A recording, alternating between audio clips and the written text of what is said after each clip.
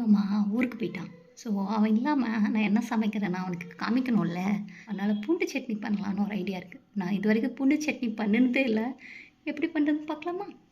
இது ஃபஸ்ட்டு பூண்டு தான் அதிகமாக வேணுமோ தொலைச்சிட்டு வரேன். கிரி மாமாவை நான் இப்போ ரொம்ப மிஸ் பண்ணுறேன். எப்போவுமே அவன் தான் தோண்டி தருவான். ஐயோ, ஒருத்தவங்களை நம்பி இருக்கக்கூடாதுங்கிறது இதுதான் சாட்சி. நம்ம நினச்சா முடியாதுன்னு ஏதோ ஒன்று இருக்கா? இப்போ உங்களுக்கு என்ன பாட்டு பிடிக்கும்? அந்த பாட்டே நான் இந்த இதுக்கு சாங்காக போட்டுமா? எல்லாம் நெருங்கி இடும்போது நீ தூரம் போ. காஷ்மீரி மிளகாய் கிலோ 400 ரூபா.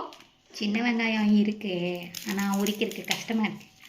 நிஜமாகவே எனக்கு பூண்டு சட்னி பண்ணினது இல்லை, அதனால தான் காப்பி அடிக்கிறேன். பூண்டு, தக்காளி, வெங்காயம், மிளகா. நானும் யூடியூப் பார்த்து தான் பண்ணலான்ட்டு இருந்தேன்.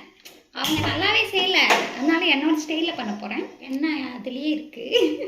சீரகம், வெங்காயம், வரமிளகா, பூண்டு, தேங்காய் இதையை நன்கு வதக்கி விட்டு அரைக்கலாம். நன்கு வதக்கி விட்டது இருக்குல்ல, எனக்கு மட்டும் அரைச்சிட்டு வரோம். ஓகே,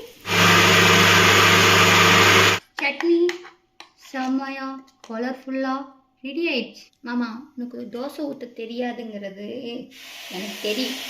3 தோசை சாப்பிட்ற இடத்துல நான் 5 தோசை சாப்பிடுவேன்னு சொல்லிட்டு நீ பெருசாக ஊற்றி தருவேன்னு எனக்கும் தெரியும். பொடி தோசை செய்யலாமா? ஸ்பூனில் மலைச்சு அது மட்டும். எனக்கு 2 தோசை போதும். உங்களுக்கு எத்தனை தோசை வேணுமோ நீங்கள் ஊற்றிக்கலாம். ஆமாம், தோசை சூப்பராக ரெடி ஆயிடுச்சு. டேஸ்ட் பார்க்கலாமா? நான் செஞ்சு நல்லா தான் இருக்கும்.